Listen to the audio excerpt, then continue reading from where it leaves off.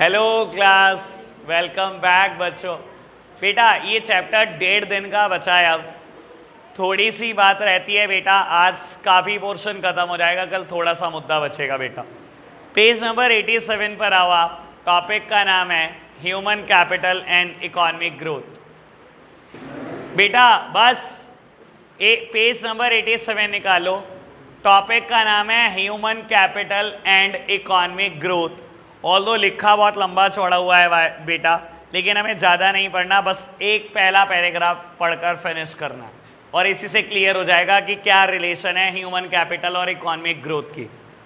Who contributes more to the national income, a worker in a factory और a software professional? We know that the labor skill of an educated person is more than that of an uneducated person, and that the former generate more income than the later. Economic growth means increase in the real national income of the country. Naturally, the contribution of educated person to the economic growth is more than that of an illiterate person. If a healthy person could provide uninterrupted labor supply for a longer period of time, then health is also an important factor for the economic growth. Thus, both education and health, along with many other factors like on-the-job training, job market information, migration, increase in individuals' income generating capacity. मेरे को बाकी नहीं पढ़वाना अभी, बाद में देखेंगे। समझा? अच्छा, क्या रिलेशन है ह्यूमन कैपिटल और इकोनॉमिक ग्रोथ की? पढ़ा क्या तुमने बेटा? मेरे ख्याल तो इतनी क्लैरिटी से उसने समझाया आपको। बेटा दोनों में डायरेक्ट रिलेशन है बिल्कुल। जितने ज़्यादा स्किल आपके अंदर होंगे उतना ज़्यादा आप बेटा नेशनल इनकम में कंट्रीब्यूट करोगे। इकोनॉमिक ग्रोथ का मतलब क्या है बेटा? Increase in the national income, ठीक है ना। और ह्यूमन कैपिटल आपको पता है स्किल एंड एक्सपर्टीज को बोलते हैं बेटा। एक उसने कंपेयर भी करा। आप ये सोचो, एक फैक्ट्री में वर्कर काम कर रहा है और एक सॉफ्टवेयर प्रोफेशनल है, किसकी सैलरी ज़्यादा होगी? कौन ज़्यादा नेशनल इनकम में कंट्रीब्यूट कर रहा होगा? जितने ज़्यादा स्किल उतनी ज़्यादा सैलरी, उतनी ज़्यादा नेशनल इनकम में कंट्रीब्यूशन। दैट मीन्स बिल्कुल डायरेक्ट रिलेशनशिप है। ह्यूमन कैपिटल या स्किल्स आपके अच्छे हैं तो बेटा आपका कंट्रीब्यूशन इन नेशनल इनकम भी बहुत अच्छा होगा। खत्म, बस इतना सा टॉपिक है, ठीक है जी। फटाफट से हेडिंग लिखो बेटा, human capital and economic growth. जल्दी से बस फिनिश कर रहे हैं बेटा, छोटे छोटे 4 टॉपिक कराने आज मुझे। Human capital and economic growth.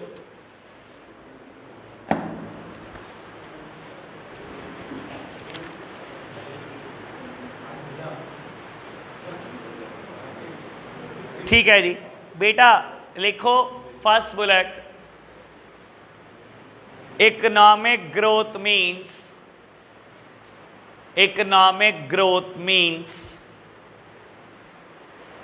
the increase in real national income of the country.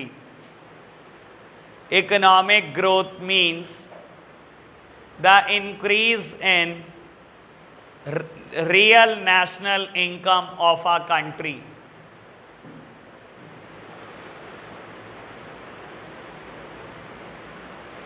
इतना लिखा, चलो आगे बढ़ो। सेकेंड पैराग्राफ मतलब second bullet. We know that the labor skill of an educated person, we know that the labor skill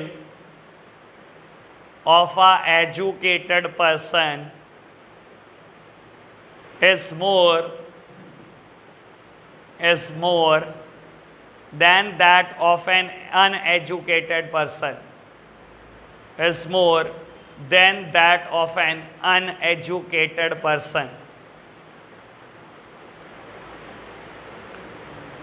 Than that of an uneducated person, and that the former generate more income, and that the former generate more income.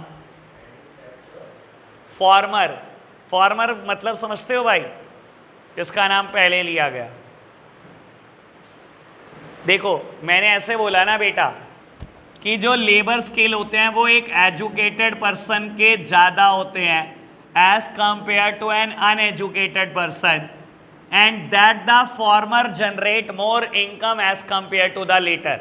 Farmer word हमेशा उसके लिए लिया जाता है बेटा जिसका नाम पहले लिया गया, और लेटर वर्ड उसके लिए लगाया जाता है जिसका नाम बाद में लिया गया। ठीक है ना, लेटर की स्पेलिंग यहाँ पे LATTER होती है। And that the former generate more income than the letter.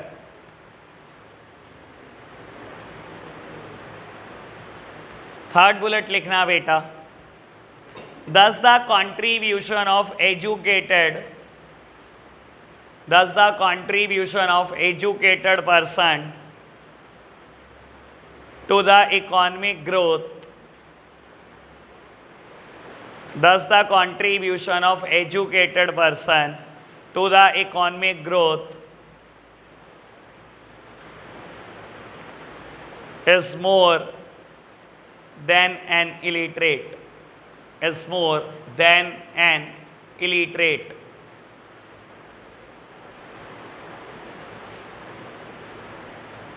ठीक है जी, बात ओके। चलो बेटा नेक्स्ट टॉपिक रीड करते हैं एनसीईआरटी से।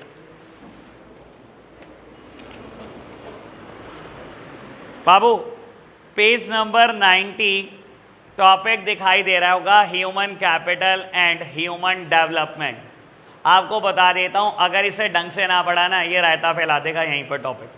ठीक है ना, क्योंकि आपको दिखाई दे रहा होगा बड़ी क्लोज टर्म है ह्यूमन कैपिटल और ह्यूमन डेवलपमेंट। पहला मौका रीड करने का आप ही का है, ठीक है ना, और एनालिसिस कर दोगे तो मजा ही आ जाएगा। बेटा रीड किया सबने? दिखाई दे रहा, बहुत क्लोज टर्म है। अभी मुझे नहीं पता कि आपको कितनी क्लैरिटी आई, क्लैरिटी मैं देता हूँ। सब सामने देख रहे हैं मेरी तरफ और बहुत आराम से चीज़ को समझेंगे। बेटा दो अलग अलग टर्म है, एक टर्म का नाम है ह्यूमन कैपिटल और हम इसको कंपेयर कर रहे हैं बेटा ह्यूमन डेवलपमेंट के नाम से। पेपर में आता है बेटा टॉपिक। क्या डिफरेंस होता है समझना। बेटा आपको भी पता है ह्यूमन कैपिटल और फिजिकल कैपिटल की हमने पहले चर्चा की है। बेटा हमेशा आपका एंड क्या है? जीडीपी बढ़ाना। ये क्या कहता है बेटा? ये कहता है ह्यूमन बीइंग एक सिर्फ मीन है, सिर्फ एक साधन है कहां तक पहुंचने का बेटा? एक एंड तक पहुंचने का। And the end being increase in the GDP. ये कहता है ह्यूमन बीइंग सिर्फ एक रास्ता है, सिर्फ एक रास्ता है जीडीपी बढ़ाने का। ठीक है ना, human being is only a means to reach an end. हमें एक जगह पर पहुंचना है, वो एंड है इंक्रीज इन द जीडीपी। तो ह्यूमन बीइंग सिर्फ एक रास्ता है, इसकी एजुकेशन, इसकी हेल्थ सिर्फ एक रास्ता है। ठीक है ना, और ह्यूमन डेवलपमेंट कहती है बेटा ह्यूमन बीइंग कोई मीन नहीं है, ये अपने आप में एंड है। ये कहता है सिर्फ भला सोचना ही ह्यूमन बीइंग का, हमें जीडीपी से कोई लेना देना नहीं है। ये कहता है ह्यूमन ही सब कुछ है, इसकी हेल्थ, इसकी एजुकेशन प्राइमरी चीज है। ये इसको एक अच्छा जिंदगी जीने में, बेटर चॉइसेस करने में हेल्प करती है। ठीक है ना, हेल्थ अच्छी होगी अच्छी जिंदगी जी लेगा, थोड़ी एजुकेशन अच्छी होगी तो बेटर चॉइसेस कर लेगा। ये कह रहा है ये बेटा खुद में ही एंड है, human being is itself a and. सब बातें ह्यूमन बीइंग की करो, ह्यूमन बीइंग किसी जगह पे पहुंचने का कोई रास्ता नहीं हो सकता। दोनों का डिफरेंस समझ में आया? मैं एक बार दोबारा रीड करूंगा एनसीईआरटी और फिर आपको ये बात समझ में आएगी। ढंग से रीड करना बेटा। सिर्फ मेरे को क्या करना है, 90 पेज पर लेफ्ट हैंड साइड वाला पोर्शन रीड कर दो, मेरे लिए काम चल जाएगा। पढ़ना, the two terms sound similar but there is a clear distinction between them. कहता है बेटा सुनने में दोनों टर्म एक जैसी लगती हैं लेकिन बहुत बड़ा फर्क है। Human capital consider education and health as a mean to increase labour productivity. ये क्या कह रहा है? इधर देखना, कहता है ह्यूमन कैपिटल क्या कहती है कि एजुकेशन हो या स्किल हो, ये बेटा लेबर प्रोडक्टिविटी बढ़ाने के लिए, ये सिर्फ साधन है। अगर किसी इंसान को आप एजुकेशन दे रहे हो या उसके स्किल बढ़ा रहे हो तो ये काम आप क्यों कर रहे हो? जीडीपी बढ़ाने के लिए कर रहे हो। आगे बढ़ना, human development is based on a idea that education and health are integral to the human wellbeing because only when people have the ability to read and write and the ability to lead a long and healthy life, they will able to make other choices which they value। अभी last line और पढ़ो फिर काम की बात समझ में आएगी। कहता है human capital treats human being as a means to an end, the end being the increase in the productivity. Human capital क्या कहता है बेटा? Human being is the mean to reach an end and the end being is the increase in the GDP only. ठीक है ना, ये तो सिर्फ एक साधन सा है, ह्यूमन बीइंग की कोई वैल्यू नहीं है, वैल्यू सिर्फ जीडीपी की है। ये एक इकोनॉमिक्स की टर्म है ना बेटा, वैल्यू ही जीडीपी की करती है। और ये बेटा ये सिर्फ ह्यूमन बीइंग का भला सोच के देखो लास्ट लाइन पढ़कर। In this view any investment in education and health is unproductive if it does not enhance the output of goods and services। कहता है अगर आपने एजुकेशन और हेल्थ पे पैसा खर्च करा किसी ह्यूमन बीइंग के और वो जीडीपी में कंट्रीब्यूट नहीं कर रहा तो हमारे लिए बिल्कुल बेकार है, इंसान ही बेकार है। इकोनॉमिक्स तो इंसान को बेकार बता देती है बेटा। कहता है in the human development perspective human being are end in themself. समझ आया इस वर्ड का मतलब? सब कुछ, सारी इंपॉर्टेंस ही ह्यूमन बीइंग को दे दी ह्यूमन डेवलपमेंट ने। इसने कहा ह्यूमन बीइंग कोई साधन नहीं हो सकता किसी जगह पहुंचने का, ये अपने आप में एंड है बेटा। इसकी एजुकेशन, इसकी हेल्थ प्राइमरी चीज है बेटा। समझ आया डिफरेंस बेटा क्या है? बस इतनी सी बात मेरे को लिखवानी है। मैंने बोला मैंने छोटे छोटे 4 टॉपिक कराने, ये दूसरा है बेटा। लिखना जरा फटाफट से, human capital and human development. लिखना बेटा, human capital and human development.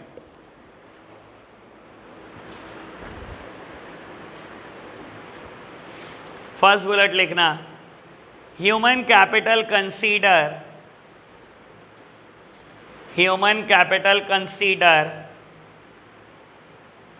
Education and health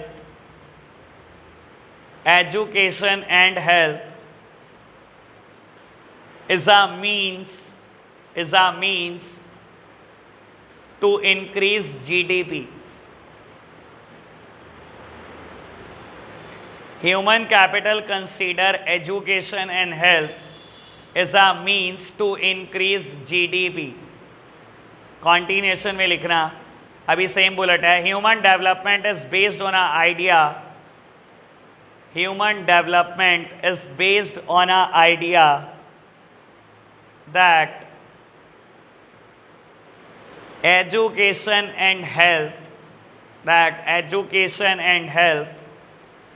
are integral to human well-being. Based on an idea that education and health are integral to human well-being.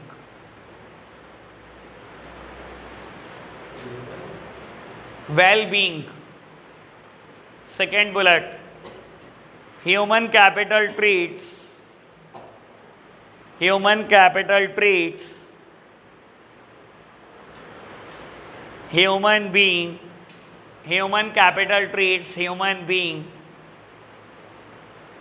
as a means to an end. Human capital treat human being as a means to an end. यहाँ पर end की spelling END है बेटा। Human being as a means to an end, the end being increase in the GDP, comma करके लिखना बेटा।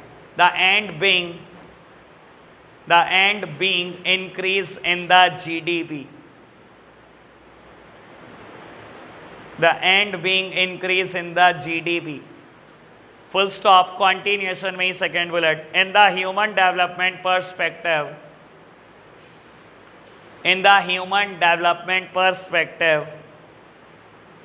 human beings are end in themselves. In the human development perspective, human beings are end in themselves. बस बेटा अब हम क्या करेंगे, एक ही बार रीड करेंगे बच्चे हुए 2 टॉपिक और बेटा फिर उसको लिख लेंगे। ठीक है जी, चलो बाबू पेज नंबर 91 पर आ जाओ। पेज नंबर 91 पर टॉपिक स्टार्ट हो रहा है, state of human capital formation in India. और आपको बता देता हूँ बस मुझे पेज नंबर 91 रीड करना है आज और कुछ नहीं कराना। ठीक है, यहीं से 2 टॉपिक निकलेंगे, यहीं से दोनों टॉपिक समझाने हैं और बेटा फिर लिखने हैं। ठीक है ना, 2 शॉर्ट नोट आएंगे। समझदार को इशारा काफ़ी, मैं बोल रहा हूँ बस इतना सा है। 2 अच्छे टॉपिक निकलेंगे, हम रीड करेंगे, मैं ये नहीं बताऊंगा, बिल्कुल आखिरी में बताऊंगा टॉपिक ये है बेटा। नोट्स ये बुक बंद करूंगा, एनालिसिस आपसे सुनूंगा। ठीक है, रीड करते टाइम पूरा फोकस होना चाहिए आपका। बाबू आराम से पढ़ना शुरू कर रहा हूं। पहला पैराग्राफ पहले, in this section we are going to analyse human capital formation in India. We have already learned that human capital formation is the outcome of investment in the education, health, on the job training, migration and information. कल हमने पढ़ा है ना बेटा sources of human capital formation, ये उसकी बात कर रहा है। कहता हम पहले ही पढ़ चुके हैं कि ह्यूमन कैपिटल फॉर्मेशन इन वजहों से होता है कि आप एजुकेशन पे इन्वेस्ट करो, आप बेटा हेल्थ पे इन्वेस्ट करो, आप बेटा माइग्रेट करते हो, आप ऑन द जॉब ट्रेनिंग लेते हो, या और कोई स्टडी प्रोग्राम जो एनजीओस के लिए चल रहे हैं वो एक्वायर करते हो। कहता है of these education and health are the very important sources of human capital formation. We know that ours is a federal country with a union government, state government and local government. या local government में इसने बताया कि municipal corporation, municipalities और village panchayat आती हैं। The Constitution of India mentioned the function to be carried out by each level of government. बेटा उसने बताया, कहता है India is a federal country. Federal समझते हो ना बेटा, ये बात मैंने आपसे पहले भी की है बेटा कहीं ना कहीं। आपको याद है बेटा जिस दिन स्टेट जीएसटी की बात आ रही थी, एसजीएसटी की, उस दिन भी मैंने बोला था हमारे कॉन्स्टिट्यूशन ने ये बताया कि बेटा सेंट्रल गवर्नमेंट अलग हो गई, स्टेट गवर्नमेंट अलग होगी बेटा, और डिस्ट्रिक्ट लेवल की गवर्नमेंट अलग होगी। और बेटा हमारे कॉन्स्टिट्यूशन ने बताया इन सबके फंक्शन भी अलग अलग है, ठीक है ना। चलो बढ़ते चलो। कहता है accordingly expenditure on both education and health are to be carried out simultaneously by all the 3 tier of the government. Analysis of health sector is taken up in chapter 8, hence we analyse only the education sector here. बेटा इसने बोला कि हम analyse करेंगे health को chapter 8 में। एक chapter है हमारे पास इंफ्रास्ट्रक्चर, चैप्टर 8 बेटा बाबू, वहाँ पर हेल्थ का एनालिसिस होता है। टर्म 2 की बात है, टर्म 2 में करेंगे हेल्थ की बात, एजुकेशन की बात अभी करता है, ठीक है जी। पढ़ते हैं बेटा क्या है हमारा education sector. Do you know who take cares of education and health in India? Before we take up the analysis of the education sector in India, we will look into the need for the government intervention in education and health sector। बेटा कह रहा है education sector पढ़ाने से पहले हम ये देख लेते हैं कि गवर्नमेंट क्यों इंटरवेन करती है एजुकेशन और हेल्थ में, ठीक है जी। We do understand that education and health care services create both private and social benefit, and this is the reason for the existence of both private and the public institution in a education and health services market. बेटा कहता है education और health के बेटा दोनों benefit होते हैं, private benefit भी, सोशल बेनिफिट भी। बेटा प्राइवेट बेनिफिट क्या होता है? एक एजुकेटेड पर्सन अपने लिए अच्छा अर्न करता है, ये उसका प्राइवेट बेनिफिट है बेटा। सोशल बेनिफिट, सोसाइटी के लिए बेनिफिट क्या होता है? एक बेटा स्किल वाला पर्सन दूसरी दुनिया को भी स्किल्स दे सकता है, ठीक है ना। एज वेल एज जब वो अच्छा अर्न करेगा बेटा, देश की नेशनल इनकम भी तो बढ़ रही है, तो बेटा इसका सोशल बेनिफिट भी है। कहता है इसी वजह से दोनों तरीके के इंस्टीट्यूशन एग्जिस्ट करते हैं बेटा। हेल्थ में देख लो चाहे एजुकेशन में देख लो, प्राइवेट हॉस्पिटल है, सरकारी, स्कूल प्राइवेट है, सरकारी। कह रहा दोनों बेनिफिट है, तो दोनों तरीके के इंस्टीट्यूशन भी एग्जिस्ट करते हैं बेटा। चलो जी। Expenditure on education and health make substantial long term impact and they can not be easily reversed. बेटा कहता है अगर एजुकेशन और हेल्थ पे आपने खर्चा किया है ना बेटा, तो इनके लॉन्ग टर्म इम्पैक्ट हैं और इनके इम्पैक्ट को रिवर्स नहीं किया जा सकता। कहने का मतलब है बेटा एक इंसान ने अपनी ज़िंदगी के 25 साल लगाकर पढ़ाई करी है, ठीक है ना। अगर वो 2-3 साल बेटा किसी वजह से जॉब पर एब्सेंट है या कुछ और इशू भी हो गया, तो उसका इफेक्ट रिवर्स नहीं होगा। ये नहीं होगा बेटा पूरी एजुकेशन जीरो हो जाएगी, कुछ चीज़ें हट जाएंगी बेटा, लेकिन उसका बेसिक नेचर वैसा ही रहेगा बेटा। जैसे वो देखो, मैं बोलता हूँ अगर एक इंसान कोई बहुत अच्छी नॉलेज एक्वायर कर लेता है ना, वो बेटा बड़ा डाउन टू अर्थ आने लग जाता है। ये बात मैंने पहले भी कभी ना कभी बोली होगी। मैं हमेशा बोलता हूँ बड़ा ऑफिसर बदतमीज नहीं होता, छोटों को अकल नहीं होती बात करने की, ठीक है ना। तो बेटा कहता है कि इनके लॉन्ग टर्म इम्पैक्ट है। मैं बोलता हूँ एक इंसान ने 5 साल जिम करी, अब ये नहीं है बेटा 1-2 दिन के अंदर अंदर उसका इम्पैक्ट खत्म होने लग जाएगा, इसका लॉन्ग टर्म इम्पैक्ट है। एक इंसान स्पोर्ट्समैन रहा है, 10 साल बेटा उसने ट्रेनिंग किया है। अब मैं सिंपल सा बेटा किसी स्पोर्ट्समैन को देखो बेटा जिसने अपने काफ़ी टाइम स्पोर्ट्स में दिया हो, सचिन तेंदुलकर, हेल्थ खराब होगी क्या उसकी? अभी तक नहीं हुई ना। क्यों नहीं हुई सर? अगर आपने इतना टाइम दिया कि अपनी हेल्थ को या इतना टाइम दिया एजुकेशन को, इनके लॉन्ग टर्म इम्पैक्ट हैं। ऐसे नहीं होता बेटा इम्पैक्ट कुछ ही दिन में, कुछ ही महीनों में खत्म हो जाते हैं। चलो जी। कहता है hence government intervention is essential. तो बेटा गवर्नमेंट के इंटरवेंशन भी जरूरी है। जब इतना लॉन्ग टर्म इम्पैक्ट देती है एजुकेशन और हेल्थ, तो गवर्नमेंट ने सोचा मैं क्यों इंटरवेन ना करूं, मैं क्यों बढ़िया एजुकेशन हेल्थ ना दूं अपने सिटीजन को। For instance, when a child is admitted to a school or healthcare center where the both required services are not provided, before the decision is taken to shift the child to another institution, substantial amount of damage would have been done. Moreover, individual consumer of these services do not have complete information about the quality of services and their cost. In this situation, the provider of education and health services acquire monopoly power and are involved in exploitation. मैं इतनी बात करता हूँ, मेरी तरफ देखना बेटा। Government कहती है देखो अगर किसी चाइल्ड को एजुकेशन की या बेटा ट्रीटमेंट की ज़रूरत है और आपको लगता है बेटा आपने उसको कहीं एडमिट करा दिया, चाहे किसी स्कूल हो चाहे किसी हॉस्पिटल में, एक बार से बेटा दूसरी बार में चेंज करने में, सिर्फ शिफ्ट करने में बहुत बड़ा डैमेज हो चुका होता है। आप मानते हो ना बेटा? ठीक है ना? किसी की हेल्थ पुअर है, आपने बेटा किसी हॉस्पिटल में एडमिट करा दिया, वहाँ ढंग से ट्रीटमेंट नहीं मिला और इतने में आप दूसरे में शिफ्ट करोगे, आप मानते हो ना बहुत बड़ा डैमेज हो चुका होता है जितना डैमेज होना होता है। यही बात वो कर रहा है, कहता है बेटा अगर आप सोचो ना कि प्राइवेट सेक्टर की मोनोपोली बना दी जाए एजुकेशन और हेल्थ में, तो बेटा सिर्फ एक्सप्लॉइटेशन होगा, ना क्वालिटी मिलेगी और पैसे भी बहुत ज़्यादा चार्ज करेंगे। अगर सिर्फ प्राइवेट सेक्टर होगा ना एजुकेशन और हेल्थ में तो बेटा बहुत जान निकाल देगा। पढ़ते चलो जी आगे। The role of government in this situation is to ensure that private provider of these services adhere to the standards stipulated by the government and charge the correct price. ठीक है जी, इसने अपना लॉजिक दिया, मेरा अपना लॉजिक है, मैं छोड़ देता हूं, मैंने एनालिसिस इसका भी कर दिया। बाबू मेरी तरफ देखना, मैं आपसे पेपर में बोलता हूं क्वेश्चन आया why do government intervene in the education and health sector, 3 number, आप क्या लिखोगे? छोड़ दो इनको, इन्होंने क्या करा, इनका एनालिसिस करने का तरीका अलग है, मेरा अलग है। टॉपिक तो समझ आया? आपको पता है ये क्वेश्चन आया था सेकंड पैराग्राफ के शुरू में, ये बोला हुआ है इसने कि गवर्नमेंट इंटरवेन करती है। मैं पूछता हूं why do government intervene in the education and health sector? आपको बता देता हूं बेटा, हमारे कॉन्स्टिट्यूशन में ना बहुत सारे राइट दिए गए हैं सिटीजन ऑफ इंडिया को। हमारा फंडामेंटल राइट है बेटा एलिमेंट्री एजुकेशन को एक्वायर करना और बेसिक हेल्थ फैसिलिटी को एक्वायर करना, हमारा राइट है, अधिकार।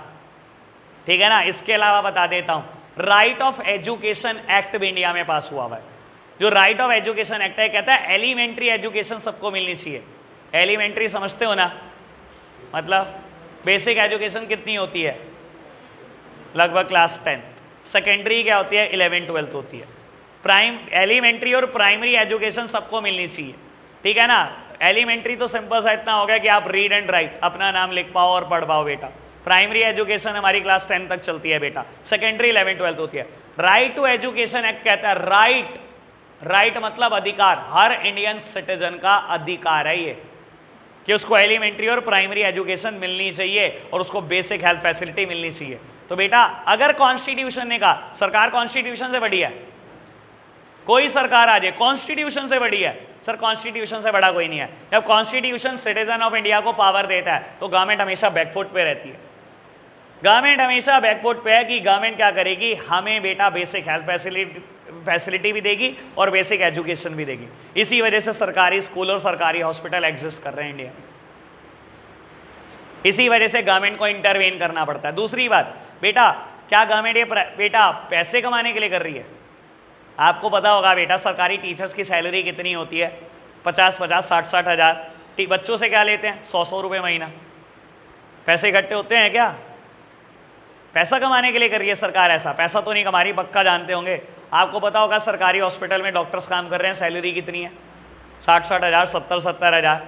पेशेंट से कितना लेते हैं? 20 रुपये पर्ची, 10 रुपये पर्ची, मेडिसिन भी फ्री। तो पैसे इकट्ठे होते होंगे?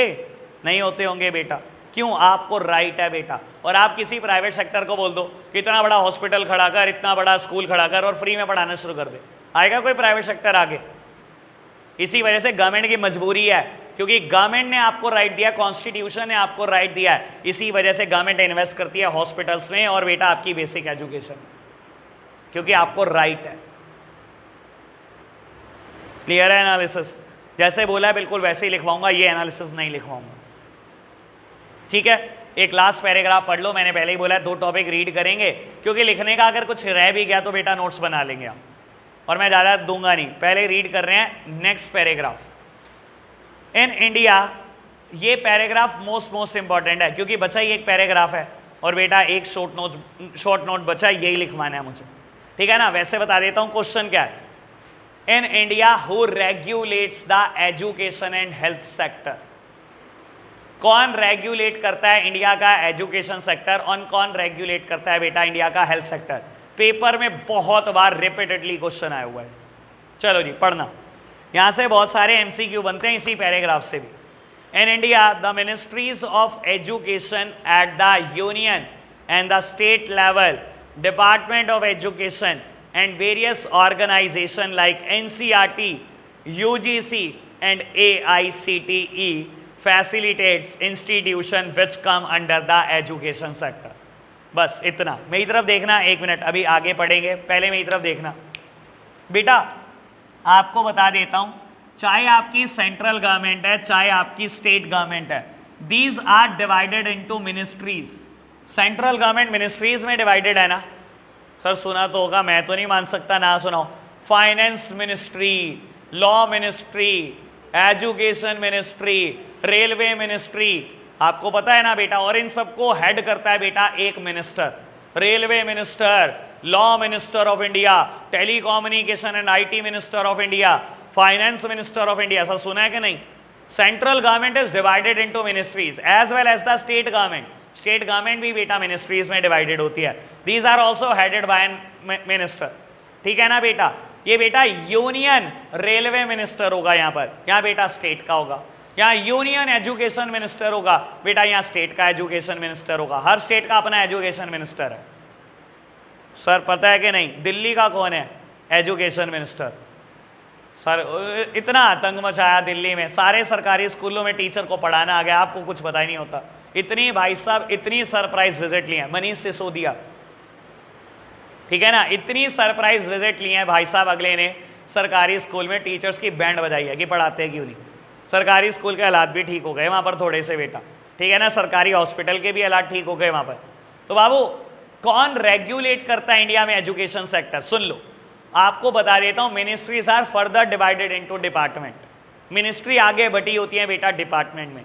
कहते हैं इंडिया में union and state education ministries, department of education, और इसके अलावा बोलता है बेटा कुछ प्राइवेट बॉडीज भी हैं बेटा जो कंट्रोल करती हैं। प्राइवेट क्या, गवर्नमेंट बॉडीज ही हैं बल्कि।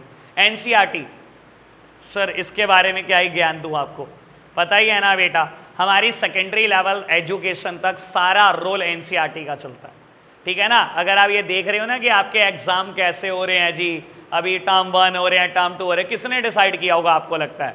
सारे बोर्ड्स के साथ एनसीईआरटी बैठता है। बोर्ड्स भी बेटा छोटा लेवल है, एनसीईआरटी सबसे बड़ा लेवल है बेटा। इनमें भी एनसीईआरटी के साथ बैठते हैं बेटा CBSE board, Gujarat board, Maharashtra board, UP board, इन सबके बेटा हेड एनसीईआरटी रेगुलेट करता है बेटा। बाबू at the university level UGC का रोल बहुत बड़ा आ जाता है बेटा। यूनिवर्सिटी ग्रांट कमीशन, आप देखते हो CCS university, Delhi university, Chandigarh university, किसके एग्जाम कैंसिल होंगे कोविड में, किसके एग्जाम होंगे बेटा, किसके सब्जेक्टिव होंगे, किसके ऑब्जेक्टिव, ये किसने डिसाइड किया होगा बेटा? यूजीसी। और AICTE all India council of technical education, ये बेटा फर्दर एजुकेशन के लिए जो NGOs चलाती हैं प्रोग्राम अडल्ट्स के लिए, उनका बेटा रोल है बेटा AICTE का। समझ में आया? एजुकेशन सेक्टर कौन कंट्रोल करता है? मेरी तरफ देखना, क्या लिखोगे कौन कंट्रोल करता है? Education ministry at the both level, union and the state level, department of education and some bodies like NCERT, UGC and AICTE facilitates the institution which come under the education sector। तो बेटा health sector कौन control करता है? बिल्कुल ऐसे ही दी गई है statement, आराम से रीड कर रहा हूं। Similarly the ministry of health at the union at the state level, department of health and the various organisation like, बेटा आपको बता देता हूं नई बुक में 2 इंस्टीट्यूशन के नाम लिखे गए होंगे। नेशनल मेडिकल काउंसिल लिखा गया किसी बुक में है? हाँ वही एक ही बात है। नेशनल मेडिकल कमीशन यहाँ पर एक ही लिखा गया है मेरे पास जो बुक है, नेशनल मेडिकल कमीशन और ICMR का नाम कोई पुराना कोई छुपा हुआ नहीं है किसी से, Indian council of medical research. ये कौन है बेटा? इंडिया में बेटा मेडिकल की हेल्थ की सबसे बड़ी ऑर्गेनाइजेशन। पता है ना आपको, जितनी भी वैक्सीनेशन अप्रूव हुई हैं कोविड की सब ICMR ने अप्रूव की हैं। पता है ये बात, जानते हो आप? जैसे बेटा वर्ल्ड लेवल पे WHO है, वैसे इंडिया लेवल पे ICMR है। इंपॉर्टेंस समझ सकते हो आप ICMR क्या चीज होगी, ठीक है ना, Indian council of medical research. तो इंडिया में हेल्थ सेक्टर कौन रेगुलेट करता है? सर समझदार हो, ministries, health ministry at the union and the state level, department of health and some bodies like NMC, national medical commission, and ICMR, Indian council of medical research, facilitate the institution which come under the health sector. बस इतनी सी बात, पता लग गया? आपको बता देता हूँ, जितने नाम बोल रहे हैं इन सबकी फुल फॉर्म आ जाती है पेपर में। NCERT की फुल फॉर्म, UGC की फुल फॉर्म, AICTE की फुल फॉर्म, NMC की फुल फॉर्म, ICMR की फुल फॉर्म। 5 तो फुल फॉर्म ही निकलती हैं अकेले पैराग्राफ से। समझ आई बात? बाबू अब मैं फटाफट से नोट्स लिखवा देता हूँ इन दोनों मुद्दों पर, ठीक है ना? चलो एक काम कर लो, ऐसे रिएक्शन मत दो, ठीक है ना? मैं क्लिक करके फोटो आपको भेज रहा हूँ, नोट्स बनाकर कल मिलना बेटा। अगर नोट्स ना बने हुए ना, मैं बेटा घुसने नहीं दूंगा फिर बैच में, ये श्योर रखना, क्योंकि मैं अगर नोट्स लिखवाना शुरू करूंगा टाइम चाहिए मुझे 20 मिनट का, ठीक है ना? नोट्स लिख कर आना बेटा, मैं पहले बोल रहा हूँ। आज के लिए इतना ही रखना है बेटा, बाय बाय।